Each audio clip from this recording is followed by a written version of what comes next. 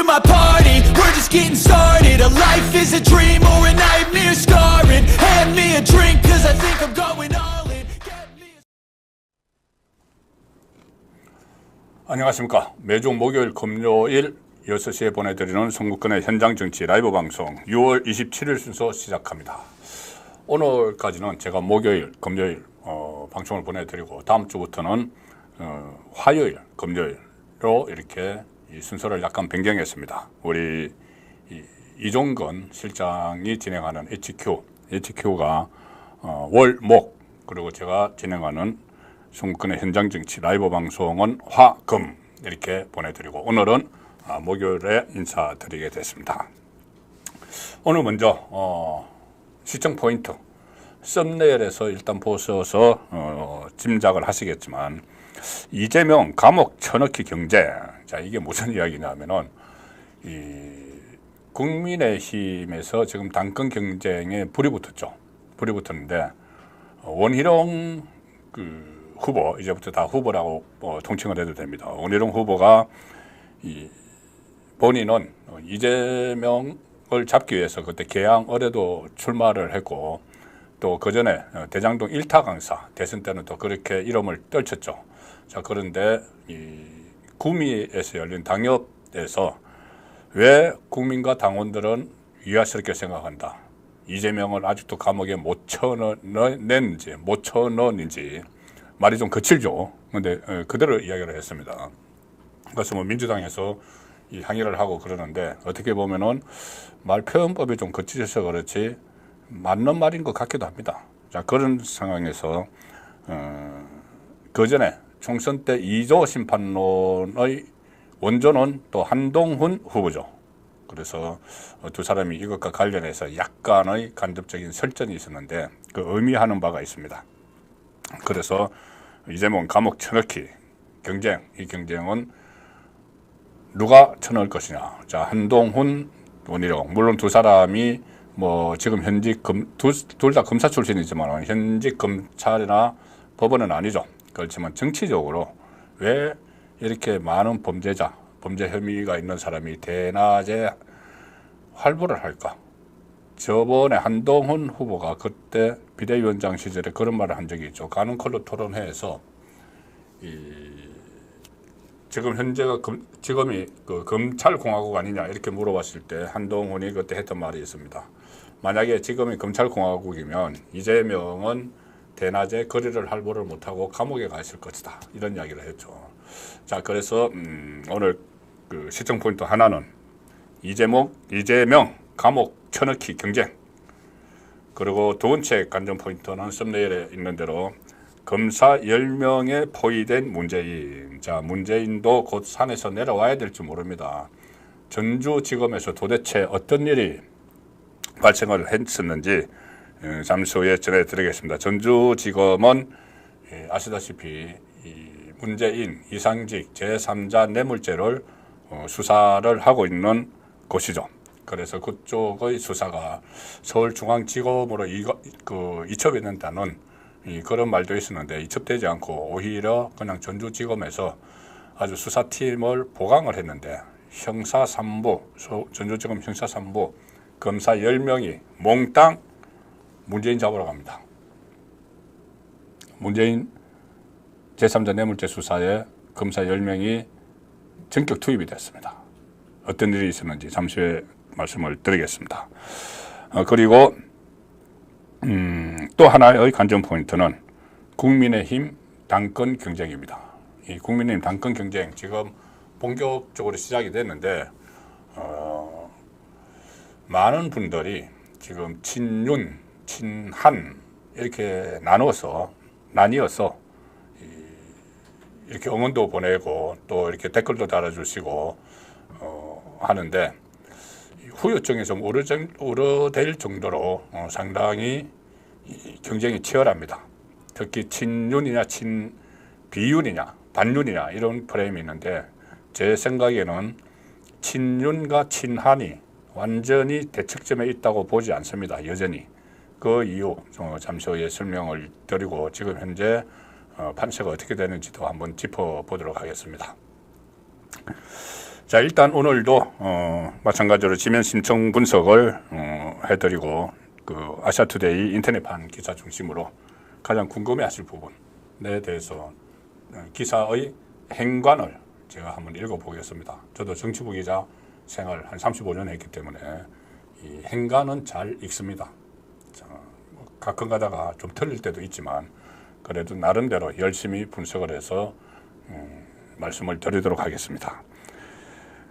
그리고 또 지면 신청 분석이 끝난 후에는 이슈 집중 해부. 오늘은 이 당권 주자 중 문, 리, 조 심판 적임자는 누굴까? 조금 전에 말씀드린 시청 포인트. 그리고 이재명 지금 당대표 아닙니다. 민주당 대표 아닙니다. 그제인가 이 당대표직을 내놨죠. 왜 그러냐면 연임하기 위해서. 연임을 하려면은 이 후보 등록하기 전에 일정 기간 전에 모든 당직을 사퇴를 해야 된다. 그 규정에 따라서 이재명은 당대표직을 내려놨습니다. 내려놨는데 이재명이 당대표 아니죠 지금. 8월 18일 민주당 전당대회에서 다시 당대표 자리를 꿰차려고 합니다. 왜 그럴까요? 왜 당대표직을 굳이 하려고 할까? 자, 일반적으로는 다들 그렇게 언론에서 보도를 합니다.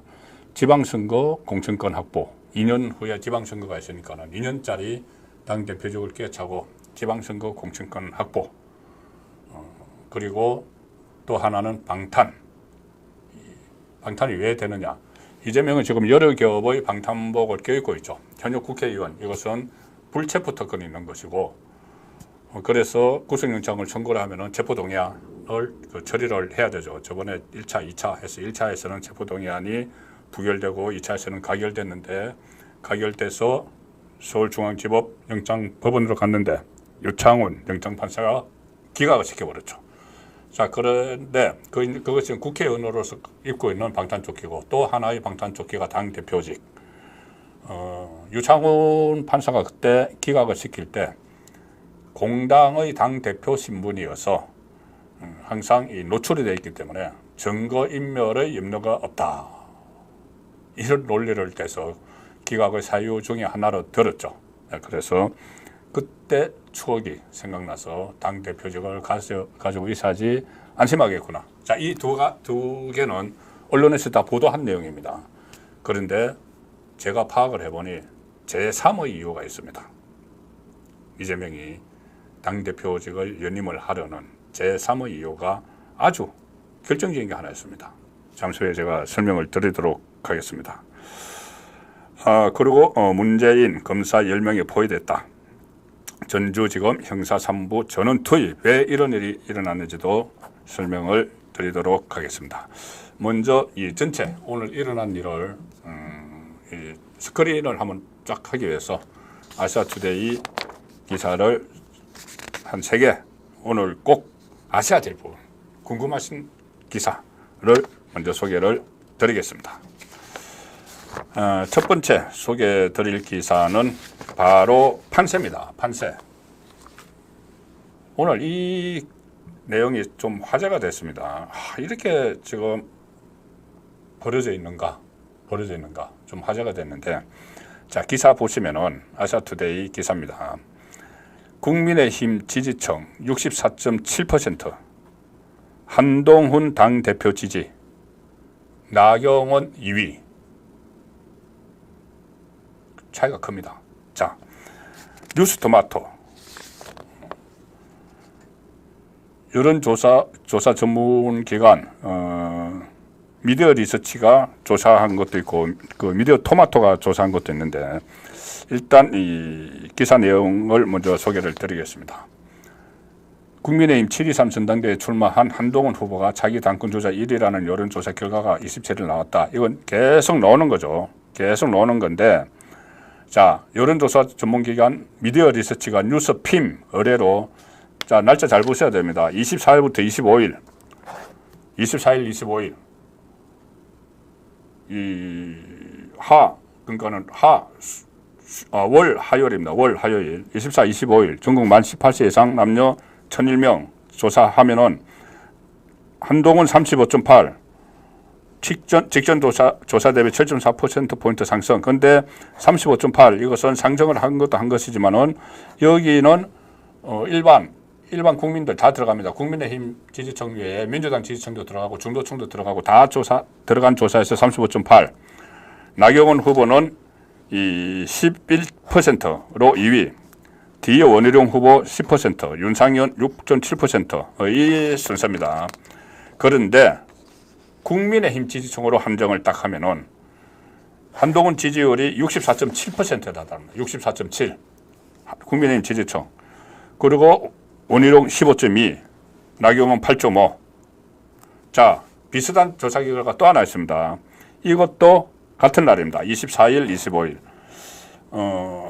한동훈 후보는 미디어 토마토 조사에서 이 조사에서도 전체 응답자, 그러니까는 민주당 지지층도 다 들어가 있는 32.4, 그리고 나경원 14.9, 원희룡 9.8, 윤상현 7.4인데, 자, 이 전체 민주당까지 다 들어가 있는 조사는 민주당 지지층까지 다 포함된 그 일반 국민 전체 조사는 별 의미가 없다. 왜냐하면은 국민의힘 당 대표를 뽑는 이 경선 룰은 책임당원 80%죠. 책임당원 80%고 국민의힘 책임당원, 그리고 20%가 일반 국민 여론조사인데, 일반 국민 여론조사에서도 역선택 방지를 위해서 처음에 전화를 걸어서 전화를 받았을 때 어느 정당을 지지하는지를 먼저 묻습니다. 그래서 민주당 지지한다고 그러면은 빼죠. 국민의힘 지지자와 무당층만 해서 20%이기 때문에 민주당 지지층이 역선택하러 들어올 구멍이 없습니다. 물론 자기가 민주당 지지하면서 국민의힘 지지한다 이렇게 속이고 들어올 수는 있지만 그것이 아주 극히 일부 부분이겠죠. 그래서 민주당 지지층이 누구를 지지하는지는 아무 의미가 없다. 그리고 특히 민주당은 이 역선택을 하면서 가서 자기들에게 좀 만만한 사람, 민주당 쪽에 만만한 사람이 국민의힘 대표가 되면 좋겠다. 아니면은 국민의힘 안에 가서 분란을 일으킬 사람이 대표가 되면 좋겠다. 이런 경향이 있죠. 과거에 이준석 여론조사 하면은 항상 민주당 지지층이 더 많이 지지했습니다. 유승민 마찬가지죠. 자, 그래서 이제 그런 게 이제 역선택인데, 역선택은 들어올 자리는 일단 없습니다. 그러니까는 지금 조사 중에서 국민의힘 지지층에서 얼마나 지지를 받느냐가 관건이죠. 뉴스토마토 조사에서도 지지 정당별로 보면 국민의힘 지지층의 60.2%가 한동훈 지지, 나경원 14.1, 원희룡도 14.1 똑같습니다. 윤상현 2.3 좀 쳐져 있는데, 자, 이 두 조사 왜 날짜를 제가 유의하라고 말씀드리냐 하면은 그 전에 나왔던 조사는 그 전에도 한동훈이 계속 1위로 나왔습니다. 한동훈이 1위로 나왔는데 그 전에 나왔던 조사는 23일에 변곡점이죠. 지난 일요일입니다. 23일 날 3명의 당권 주자가 일제히 국회 소통관에서 출마 기자회견을 열었습니다. 출마 기자회견을 열었는데 그 중에서 가장 주목됐던 것은 한동훈이었죠. 한동훈의 그 출마 선언문 중에서도 가장 주목됐던 것은 수평적인 당정관계. 그리고 또 하나는 이 최상병 특검법에 대해서 필요하다. 그래서 상당히 반발이 있었습니다. 이 국민의힘 우파 안에서. 그런데 최상병 특검법이 필요한데 그 배경 설명을 들어보면은 충분히 그럴 수도 있겠다 싶은 내용들이 있었죠. 그 말씀은 잠시 후에 드리고, 그래 어쨌든 그때 그게 23일인데 23일 그러면은 이게 대단한 역풍을 맞을 것이다. 국민의힘 지지층에서. 그런데 23일 그 최상병 특검법에 대한 입장 발표가 있었고 입장 정리가 있었고 그 이후에 24, 25일 날 실시한 여론조사인데 여전히 국민의힘 지지층에서 한동훈의 지지율이 압도적으로 높다. 자, 이것은 무엇을 의미할까요? 일단 이렇게 만약에 사실 지금 그 여론조사는 국민의힘 지지층이죠. 일반 국민들 중에서 나는 국민의힘을 지지해 하는 사람들입니다. 그런데 이분들에게 투표권이 있는 것은 아니죠. 책임당원, 매달 당비를 내는 책임당원 한 80만 정도 되는 책임당원에게 투표권이 있습니다. 그러면 이 국민의힘 지지층 중에서 책임당원인 분도 있고 그냥 아니고 그냥 일반 시민도 있겠죠. 그런데 책임당원 쪽은 아무래도 정치에 대한 관심이 더 높고 또 국민의힘에 대한 애착이 일반 국민 중에서 국민의힘을 지지한다. 이 응답자보다도 더 애착이 있겠죠. 그래서 실제로 국민의힘 지지층과 이 책임당원의 당심은 약간 결이 다를 수가 있습니다. 그렇지만 지금 책임당원을 대상으로는 여론조사를 할 수가 없죠. 당원 명부가 없으니까. 당원 명부를 안 내주니까. 그래서 일단 국민의힘 지지층을 가지고 80% 반영되는 책임당원 표심을 지금 가름을 해보는 겁니다. 그런데 이 상황에서 지금 현재 시점으로 말씀드리는 겁니다. 현재 시점으로 한동훈이 60% 받았습니다. 60%. 그러면 원희룡 후보가 투입되면서 결선 투표가 이루어질 거라는 관측들이 많았죠. 왜냐하면은 이 친윤 세력을 교합을 해서 그 원희룡 후보가 친윤 세력을 교합을 하고 또 나경원 후보도 친윤 일부 또는 본인의 지명도에 의해서 이 2, 3위 다투를 이제 한다. 원희룡과 그 나경원이. 그래서 결선 투표로 간다. 한동훈 후보를 50% 받지 못하게 만들어서 그러면은 나중에 2, 3, 4위 윤상현이 되든 뭐 누가 윤상현이 2위가 될 수도 있죠. 뭐. 어쨌든 1위 한동훈은 너무 독보적이기 때문에 이 원희룡, 나경원, 윤상현 또는 뭐 윤상현, 나경원, 원희룡이든 여기서 표를 모은다. 하나로 합친다. 그러면은 과반수를 못 얻은 한동훈을 꺾고 대이변이 일어날 수 있다. 자, 이런 거 시나리오가 계속 나왔는데 지금 이 상태라면은 이 상태가 그대로 이어진다면은 그리고 국민의힘 지지층 이 유권자가 책임당원과 당심의 결이 거의 뭐 비슷하다고 하면은 지금 60% 넘게 나오죠. 60.2 하나는 64. 자, 이렇게 나오기 때문에 이 경우는 그렇지 않을 수도 있다. 그냥 컷오프, 죄송합니다. 그러니까 결선 투표 없이 가버릴 수도 있다. 한동훈, 어대한, 어차피 대표는 한동훈. 그렇지만 변수는 아직 많이 남아있죠. 지금 현재 상황이 그렇다는 말씀을 드리는 겁니다. 이 부분은 잠시 후에 제가 다시 한번 심층 분석을 해보겠습니다. 왜 한동훈이 최상병 특검법이 필요하다. 앞부분만 딱 보면 그겁니다. 최상병 특검법 필요하다고 했어. 이것은 윤석열 대통령 탄핵의 자락을 깔기 위한 민주당의 업무인데 이걸 한동훈이 찬성을 했어. 그러면은 한동훈은 정말 반윤이네. 이렇게 될 수가 있죠. 그런데 지금 국민의힘 지지층 상당수가 그럼에도 불구하고 한동훈 지지를 이렇게 보인 것처럼 이제 두 가지 일단 여론조사지만은 그건 출마 선언하고 나서 첫 여론조사, 두 번째 여론조사입니다.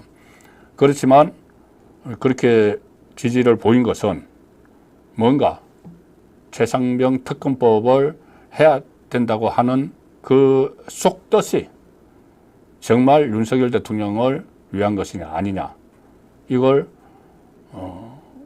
파악을 했기 때문이 아닌가 저는 그렇게 봅니다. 잠시 후에 그 부분 다시 한번 자세히 좀 설명을 드리도록 하겠습니다. 진도 나가야 되니까요. 이 아시아투데이 지면 심층 분석 일단 진도 나가고 다시 말씀을 드리도록 하겠습니다. 아시아투데이 두 번째 소개해드릴 기사 이것도 오늘 하루 종일 관심이었습니다. 자, 제목 원희룡 끌어안은 홍준표 한동훈과 만남 내가 거절했어 오지 말라고 했어. 자, 경상도 사나이 홍준표 원희룡 끌어안고 대구시청으로 원희룡 찾아갔습니다.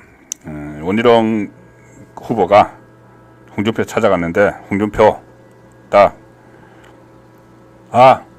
원장가 잘 왔어. 그걸 저렇게 끌어안습니다. 끌어안고 이 한동훈은 온다는 거 내가 오지 말라고 했어. 이렇게까지도 이야기합니다. 온다는 거 오지 말라고 했어.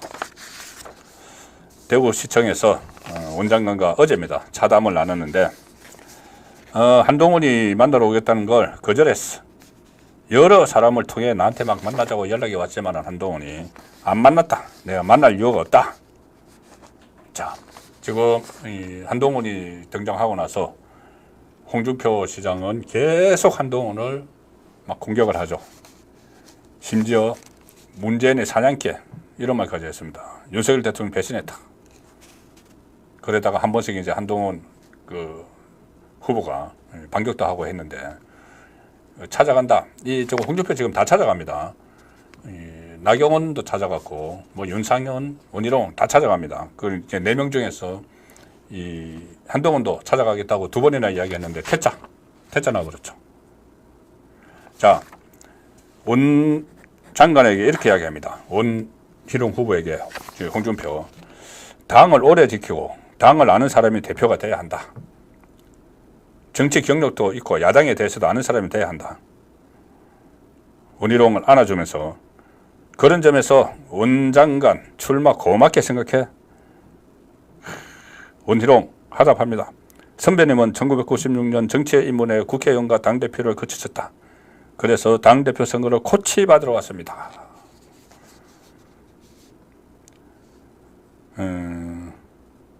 그리고 이 2번이나 한동훈이 오려고 하는 걸 못 오게 했어.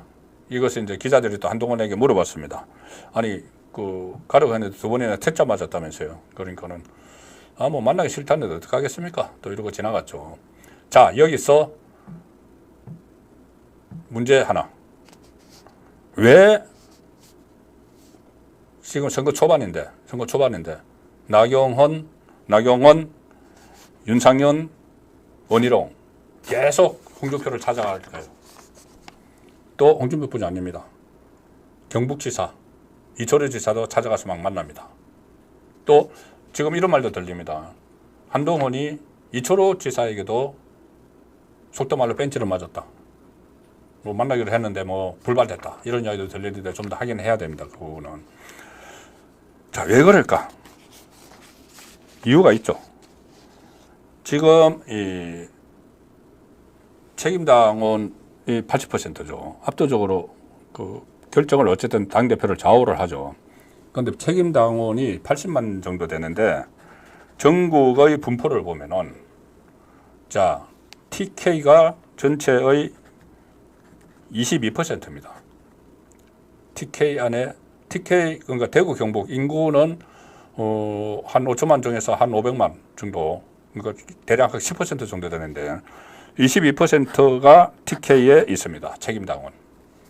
그 다음에 PK, 부울경, 여기에 19%가 있습니다. 그러면 영남이 41%죠. 그리고 그 다음에 많은 쪽이 수도권인데 수도권에 37%가 있습니다. 근데 수도권이라고 하면은 서울, 인천, 경기 이거 다 합하면은 아마 3천만 넘을걸요.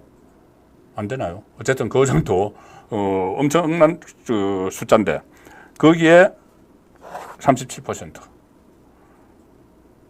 그러니까 세 개 합해서 37%. TK 22%. 그리고 TK와 PK. 특히 TK는 PK도 마찬가지입니다.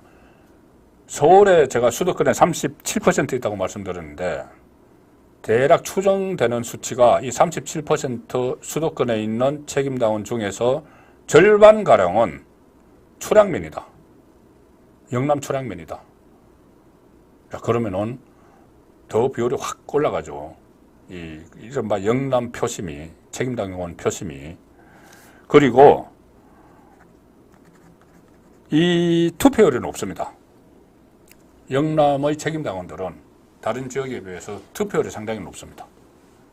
그러니 그만큼 중요한 거죠. 그렇게 중요한데 당 대표 경선에 TK가 단 한 사람도 나오지 않았습니다.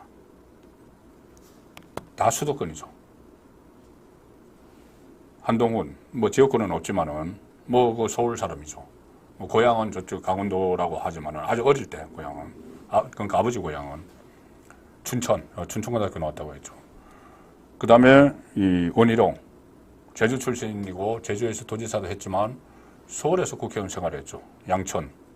그리고 이번에는 인천 계양을에 출마를 했죠. 서울이죠. 나경원, 동작, 서울 토박이. 윤상현, 인천, 수도권.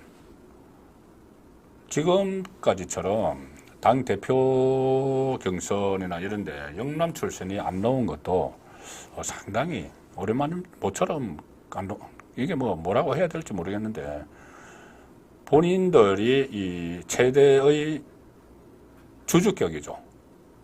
TK는 보수의 심장이라고 하고 PK는 보수의 텃밭 이렇게 이야기를 하는데 그리고 영남 국회의원이 지금 전체 지역구 의원 90명 중에서 59명입니다. 거의 60명입니다. 90 중에 60, 3분의 2가 영남의 국회의원들입니다. 지역구.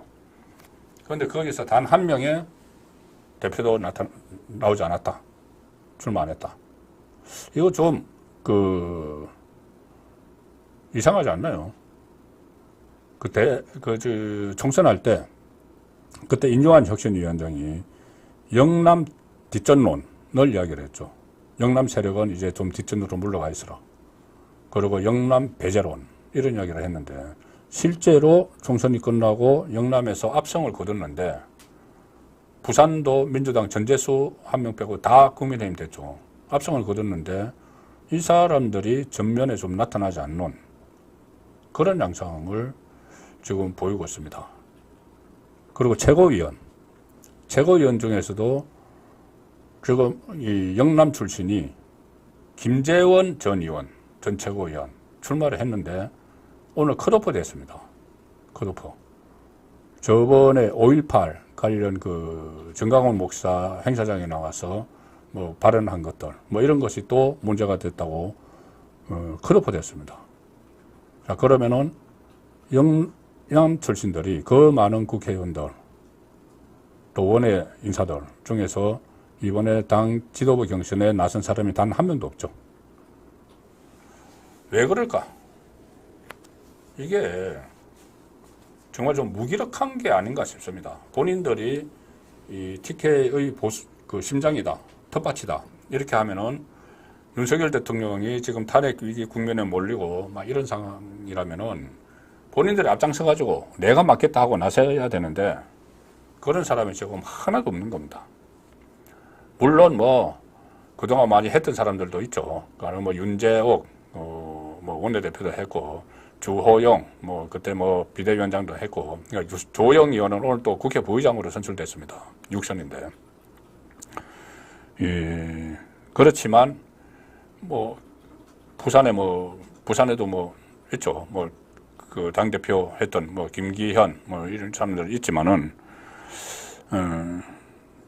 그래도 너무 전면에 나서는 사람이 없는 것 아닌가 이런 생각은 지울 수가 없습니다. 저 원내대표는 대구의 추경호 원내대표인데 그때 이 7개 상임위원회 다 갖고 복귀를 하면서 원내대표직의 사의를 표명을 했는데 다시 추대 형식으로 다시 들어가는 것은 같습니다. 그렇지만은 어쨌든 당대표 최고위원회 단 한 명도 없다.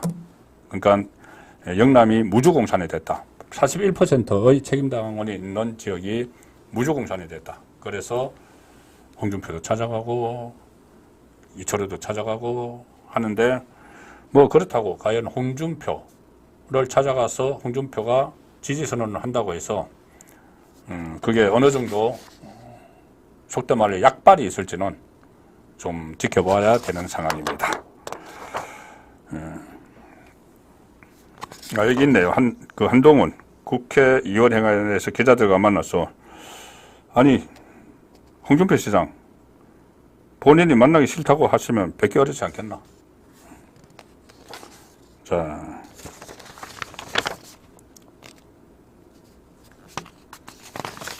아시아투데이 세 번째 소개해드릴 기사도 역시 마찬가지로 국민의힘 당권 관련 얘기입니다. 자, 나경원, 너무 나경원 다루지 않았죠. 나경원, 원희룡과 연대론에 아직 얘기하긴 이르다. 아직 얘기하긴 이르다. 국민의힘 전당대회 당대표 경선에 출마한 나경원 의원. 자, 나경원과 원희룡, 제가 잠시 후에 아주 특수한 관계가 하나 있습니다. 그 말씀을 좀 드릴게요. 국민의힘 전당대회 경선에 출마한 나경원, 원희룡과 친윤계에서 제기되는 나경원, 원희룡 후보 연대론에 대해서 그런 얘기를 하기엔 이르다. 자, 아직 이르다. 결선 투표에서는 할 수 있다는 이야기가 되죠. 홍준표 대구시장을 원희룡이 만난 자리에서 단일화 이야기가 나왔었습니다. 그 가능성을 열어뒀는데 여기에 의견을 물으니까 아직은 이르다. 아직 지금 각자가 달려갈 때죠. 각자 달려가다가 나중에 결선 투표 가면은 단일화를 할 수가 있겠죠. 지금 벌써부터 그렇게는 이야기 안 합니다. 나경원, 선거가 이제 시작됐는데 단일화 얘기를 왜 하느냐 그런 생각을 했다. 지금 당을 수술해야 하는데 사심이 앞서면 요새 이재명 대표 사당화 비판이 나오듯 우리 당도 사당화 할 수 있다. 이 우려를 나타냈다. 자, 이 나경원, 원희룡 아시는 분은 많이 아실 겁니다. 나경원, 원희룡 두 사람이 서울대 법대 82학번 동기동창이죠. 서울대 법대 82학번 동기동창. 근데 나경원, 원희룡 뿐이 아니고 조혜진 의원도 같이 전 의원이죠. 동기동창이고 조국도 같은 동기동창입니다. 근데 이 나경원, 원희룡 두 사람은 사법고시도 동기입니다. 사법고시도 동기고 서울대 법대가 그때 240명 정도 있었다고 하는데 60명씩 반을 이제 나눴는데 그때 또 같은 반이었다고 합니다. 그래서 둘이 친구 사이죠. 친구 사이인데 2010년 14년 전에 2010년 서울시장 후보 경선 때 그때가 한나라당 지지였을 텐데 그때 서울시장 후보에 유력한 세 사람이 나왔는데 누구냐 하면은 오세훈, 그 다음에 나경원, 원희룡이었습니다. 그런데 자, 지금하고 상황이 좀 비슷합니다. 그때 오세훈이 압도적으로 앞서 나갔습니다. 이제 후보 경선을 하는 과정에서 그때 상대방은 한명숙, 민주당 한명숙이 나왔을 텐데 앞서 나가니까 그 2위, 3위 주자인 나경원과 원희룡이 둘이 친구기도 하죠. 그때 후보 단일화를 했습니다. 그래서 나원 연합군, 나경원, 원희룡, 나원 연대 그래서 후보 단일화를 했습니다. 후보 단일화를 해서 여론조사도 하고 했는데 결국 나경원이 단일 후보가 됐죠. 그리고 오세훈과 경선을 했는데 결국은 졌습니다. 지금 상황과 보면은 한동훈이 이제 압도적으로 앞서 나가니까 2위, 3위 누가 2위고 누가 3위 이제 왔다 갔다 하는데 2위, 3위인 두 사람이 다시 나원 연합군을 형성을 하는 격이 된 거죠. 한동훈이 앞서가니까.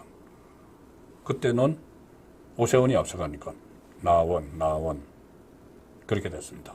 상황이 좀 비슷하다 이런 생각이 드는데 그때는 두 사람이 연합을 했어도 오세훈을 이기지 못했는데 이번에는 모르죠.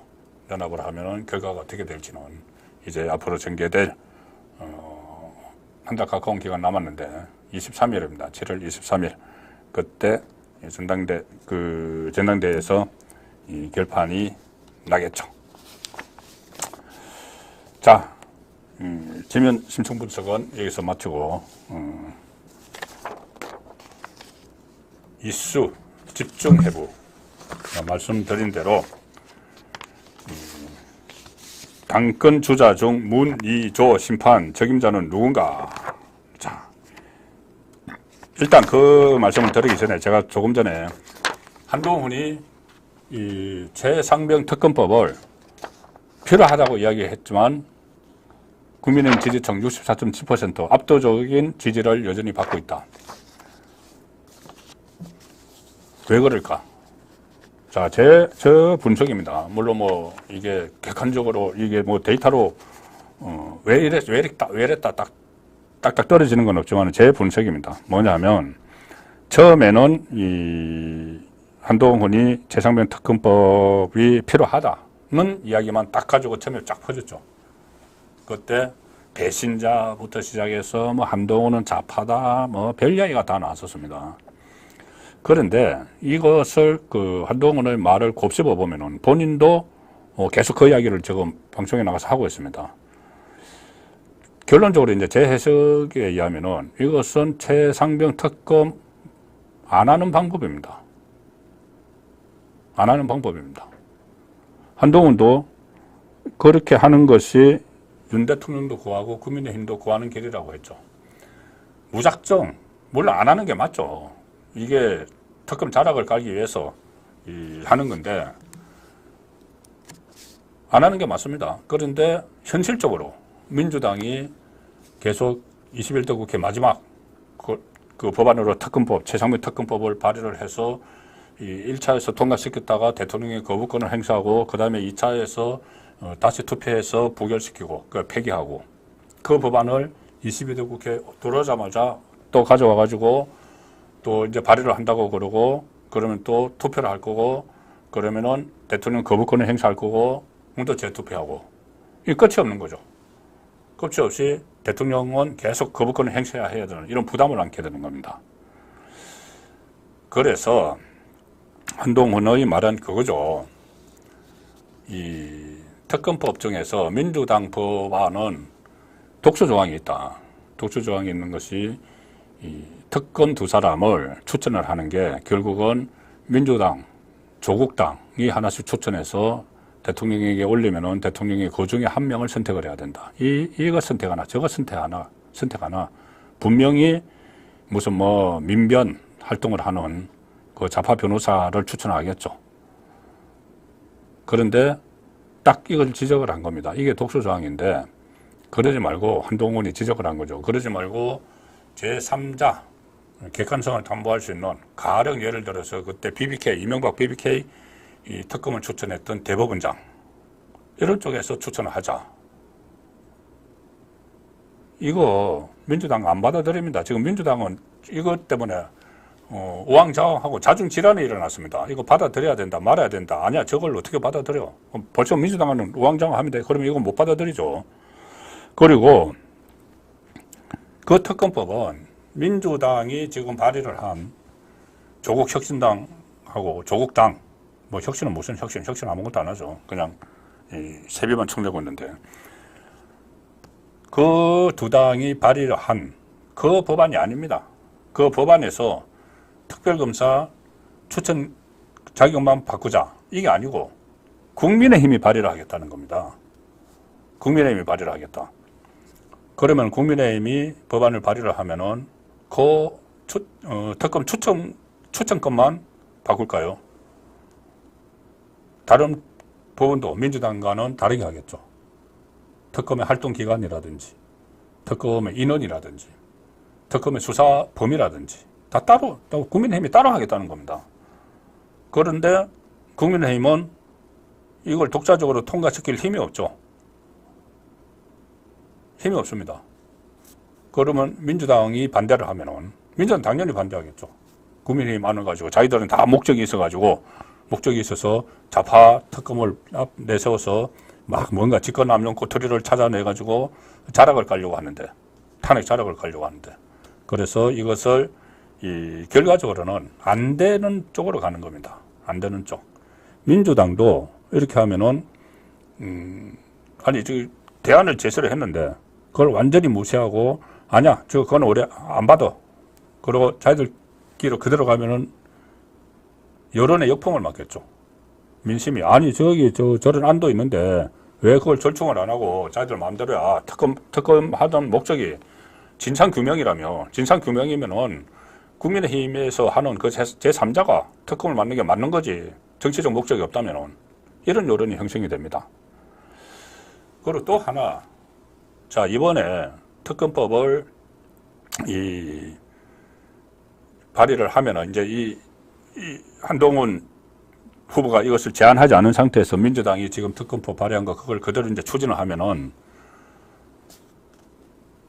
일단 1차에서 가결이 되겠죠. 민주당이 다수니까. 근데 이제 대통령이 거부권을 행사하지 않을 수가 없죠. 행사하죠. 그러면은 재투표에서 108명 중에서 8명이 이탈을 하면은 통과돼 버립니다. 근데 8명, 이게 무기명이라서 이탈을 할 수도 있습니다. 지금 안철수나 뭐 김재섭이나 몇 사람은 이미 찬성하겠다고 뭐 하고 있으니까. 그런데 국민의힘 차원에서 새로운 발의를 하자. 우리가 발의하자. 이렇게 하면은 거기서 이탈자가 나올 수가 없는 거죠.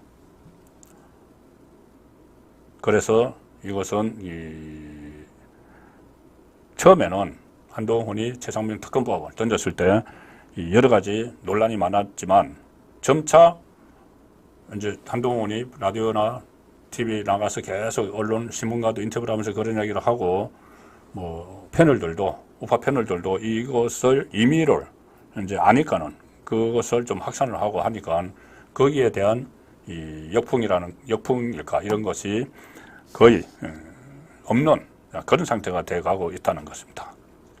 물론 이거 외에 이 한동훈 후보가 비윤이냐 반윤이냐 뭐 이런 이야기들은 여전히 지금 논쟁거리가 계속되고 있고 아마 이런 저처럼 이런 이야기를 하는 그 모든 우리 우파 유튜브 채널에서도 논란이 되고 있는 그 사안인데 그 논란은 뭐 뜨겁게 해도 좋습니다. 그런데 어느 정도 이제 가닥이 잡히고 나면은 그 너무 후유증을 남길 만큼 그 계속돼서는 안 되겠죠.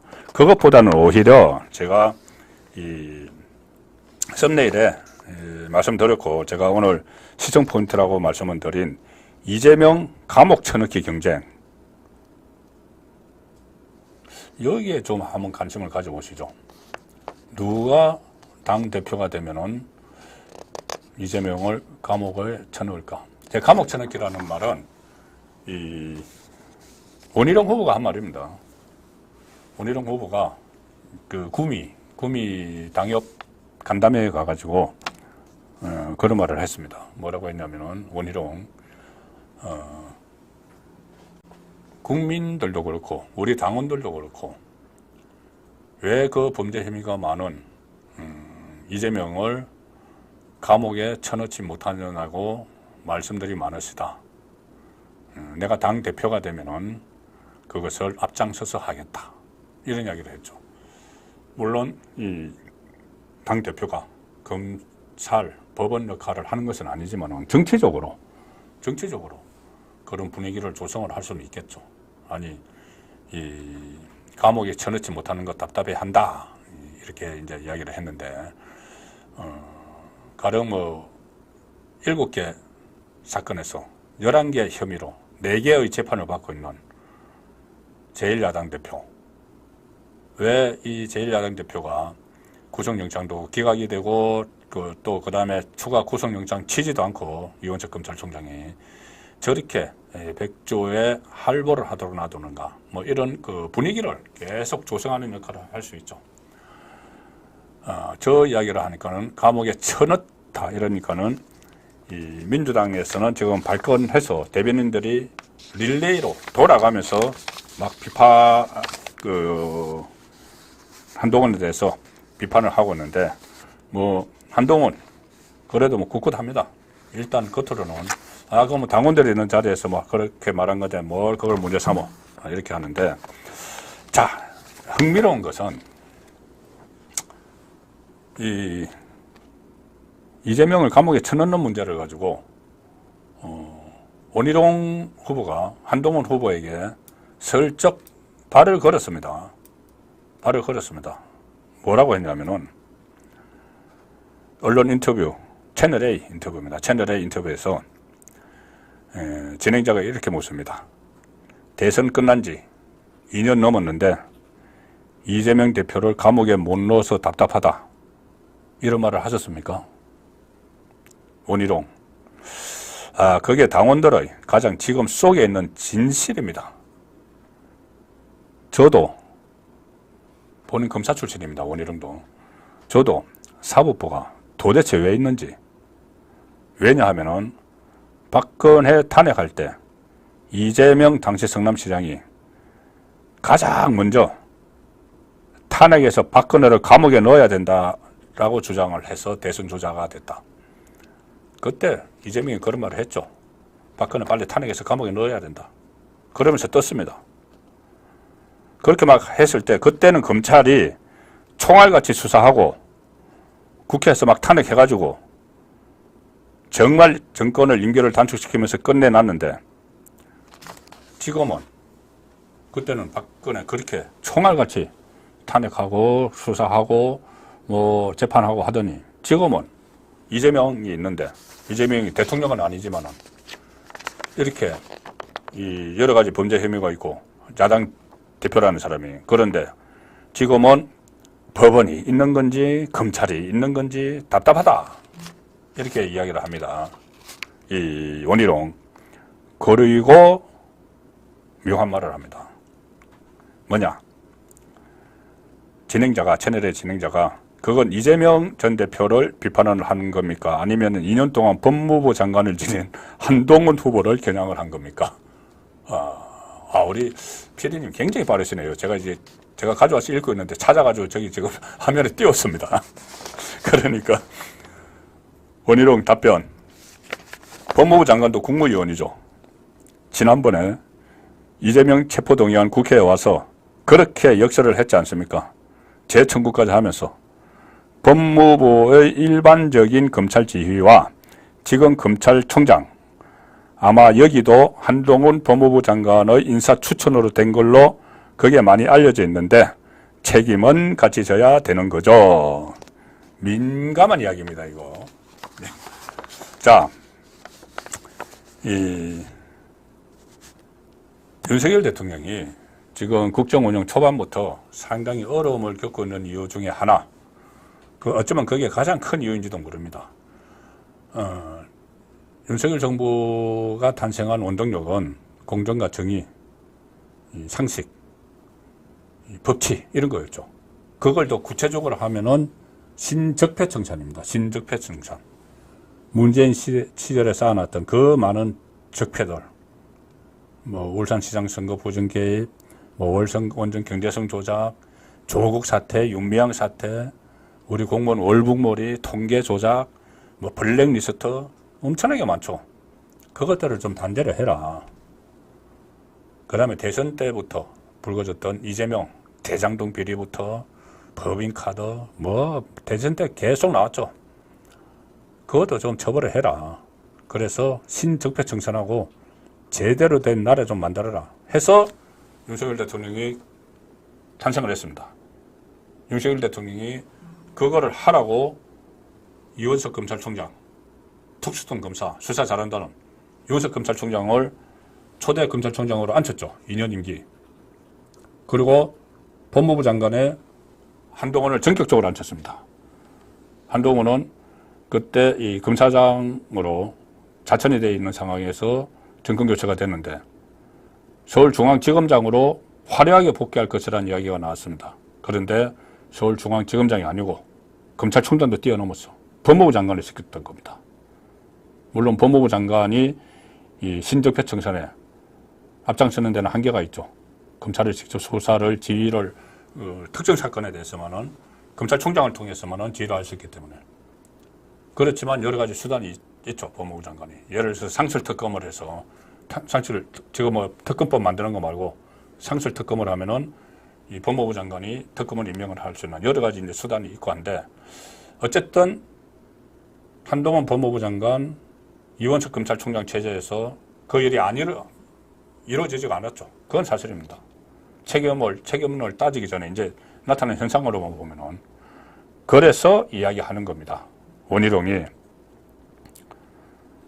지난번에 이재명 체포동의안 국회에 와서 그렇게 역설을 했지 않습니까? 이제 영장이 이재명에게 청구가 됐을 때 구속영장 청구가 됐을 때 현역 국회의원이니까는 체포동의안이 2번 상정이 됐죠. 기억하시겠지만 2번 다 법무부 장관 한동훈이 나가서 왜 이재명을 구속을 해야 되는지, 체포를 해야 되는지를 아주 인상 깊게 설명을 했습니다. 그런데 어쨌든 한 번은 방탄돼 버리고 한 번은 유창훈이 기각을 시켜버렸죠. 자, 그러면 이제 그건 그렇다 치고 이원석은 왜 그러느냐? 이원석 검찰총장. 지금 하라는 신적폐 수사를 안 하는 것도 물론이러니와 하고 있는, 일선검찰에서 하고 있는 문재인 수사 막아서고 전주지검에서 보내주고 있는. 그 이제 법조계에서 소문이 그렇게 바다합니다. 그러니까 이 원희룡 후보도 그 이야기를 하는 거죠. 법조에서 소문이 워낙 바다하기 때문에 이원석이 제대로 안 한다. 그리고 이재명에 대한 영장 재청구 이번에 없이 그냥 기소했지 않습니까? 여러 가지 이화영에 대해서 9년 6개월 중형이 떨어진 그 사건인데, 이거 공범격인데 왜 이원석을 그렇게 하지 않느냐? 양쪽 다 책임이 있다. 고 하면서 이렇게 이야기한 겁니다. 아마 한동훈 법무부 장관의 인사 추천으로 된 걸로 많이 알려져 있다. 이원석이. 한동훈이 인사 추천했다. 검찰총장에. 그러면 책임은 같이 져야 되는 거다. 자, 이런 식으로 내가 당대표가 되면은, 지금까지 하지 못했던 거, 내가 당대표가 되면은 이재명 감옥 쳐넣기 하겠다.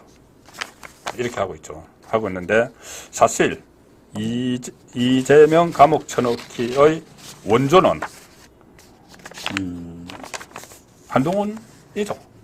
법무부 장관 때는 물론 그것을 뭐 실행을 어쨌든 결과적으로 못했지만은 그걸 또 총선에도 캐치프레이즈로 내걸었습니다. 뭐 총선에서도 졌기 때문에 뭐 지금은 빛이 많이 바랬지만은 그 자체가 불필요했던 건 아니죠.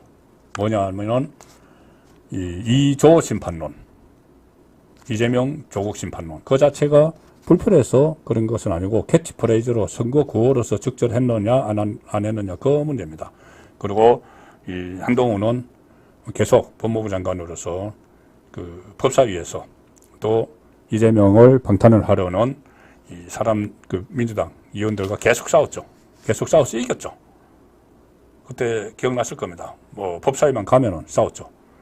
법사위에 박범계, 이수진, 김남국, 최강욱 뭐 이런 사람들이 막 그 벌떼처럼 달려들어도 다 몰려치고 한 그런 또 있고, 비대위원장 되고 나서 가는 콜로 토론회에서도 지금 검찰공화국 아니냐 이런 질문이 나오니까는 지금 검찰공화국이면 이재명은 감옥에 가 있다. 백주대낮에 돌아다니지 못한다. 이런 이야기도 했었죠. 그래서 원희룡이 되든 뭐 한동훈이 되든 지금은 2조 심판론이 더 필요한 이유가 이 2조 이재명 조국 그리고 저 양산에 있는 문재인까지 심판을 당하지 않기 위해서 윤석열 정부를 무너뜨리려 하고 있는 거죠. 특검 또 최근에는 또 입법청문회라는 걸 가져 나와서 며칠 전에 법사위에서 정청래 그 난동을 부렸지 않습니까? 제복 입은 군인들을 퇴장을 시키고 뭐 어쩌고 하면서 그 난동을 부리고 있습니다. 자, 그래서 이것을 지금 이번에 새로 당 대표가 되는 사람은 이 2조 심판을 해야 되는 이유가 이 사람들이 심판을 안 당하려고 윤석열 정부를 무너뜨리려고 하고 있기 때문에 반드시 이 심판을 해야 되는데, 자, 누가 더 심판하는데 적임자냐? 이걸 가지고 한동훈, 원희룡 두 사람 다 검사 출신이죠. 원희룡은 일찍 검사를 그만두고 정치권에 뛰어들었지만 검사 출신이죠. 보실 때도 누가 이것이 적임자일까? 그러니까 단순히 문 2조 심판뿐이 아니고 그 사람들이 지금 자기들 살기 위해서 윤석열 정부를 무너뜨리려고 하는데 그것을 막을 책임자가 누군가? 이게 저는 이번 당대표 경선에서 선택할 그 변수라고 봅니다. 물론 나경원, 윤상현 후보도 있죠. 나경원 윤상현 후보도 있고 두 후보도 지금 윤석열 정부의 성공을 위해서 노력하겠다 이렇게 나오는 그렇게 공약을 하고 있는 상황이라서 앞으로 이 두 사람도 좀 지켜봐야 되는 그런 부분도 있지만 지금 당장 이렇게 맞붙은 사람이 원희룡, 한동훈에게 제가 그 상황을 좀 전해드렸습니다. 지금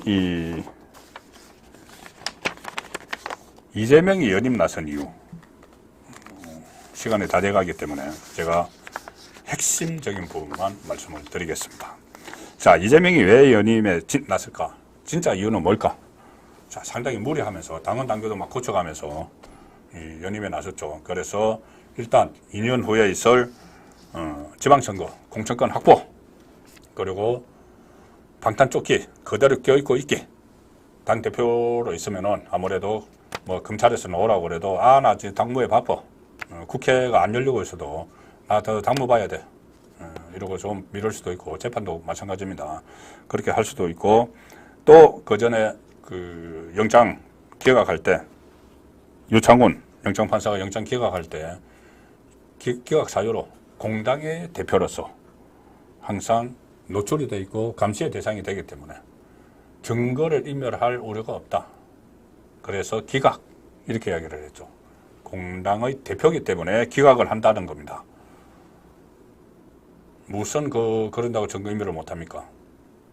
자기 신복 박찬대 보내가지고 이하영 부인 백정아 씨 만나게 해서 이하영 진술 번복하도록 만들고, 이거 다 증거인멸이죠. 공당의 대표 신분으로 그렇게 지시를 하는 겁니다. 그런데 그거를 공당의 대표이기 때문에 증거인멸할 우려가 없다. 뭐 이런 식으로 이상한 판결을 내렸었죠. 근데 어쨌든 그 이상한 판결이 이재명에게는 필요한 거죠. 그래서 공당의 대표인 민주당 대표직을 연임을 하려고 하는데 더 중요한 걸 제가 한번 포착을 했습니다. 왜 이렇게 하려고 할까? 지금 이재명의 첫 구형이 언제 나올까? 1심 선고가 언제 나올까? 4개의 재판 중에서 위정교사, 공직선거법 구형은 7월 달에 다 나옵니다. 7월 달에 나오고 7월부터 8월 초까지 이 법정 휴정 기간이 있습니다. 그러면 8월이 끝나면은 휴정 기간이 8월 5일인가요? 6일인가? 그때 끝나면은 그때부터는 재판이 다시 진행이 되는데, 이재명의 1심이 8월 말 또 9월로 넘어갈지도 모르지만 8월 중에 나올 수가 있습니다.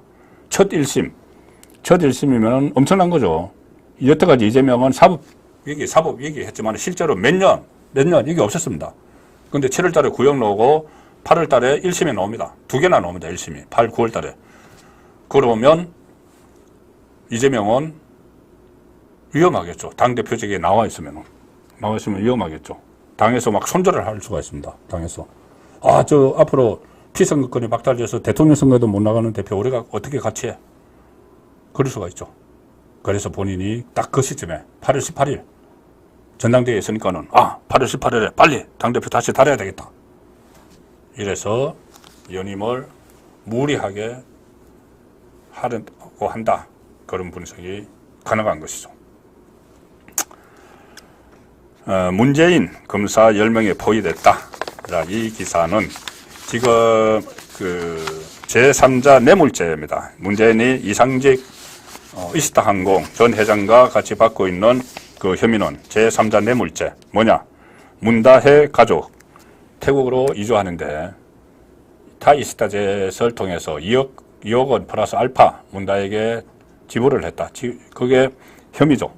1억 원 이상 뇌물이면은 특가법입니다. 특가법은 10년 이상 징역, 무기징역까지 선고가 가능한 거죠. 자, 이 수사를 전주지검에서 미루다가 작년 9월에 이창수 검사장이 부임을 해서 이 수사를 본격적으로 했습니다. 본격적으로 해서 그때 뭐 청와대 관계자들 줄줄이 다 소환하고 다 했는데, 문재인 턱 밑에서 수사가 딱 멈춘 상태에서 이 검사 인사가 있어가지고 이창수 전주지검장이 서울중앙지검장으로 왔죠. 그리고 그 자리를 다른 사람이 다른 그 검사장이 메꿨는데 그 전주지검에서 박영진 검사장입니다.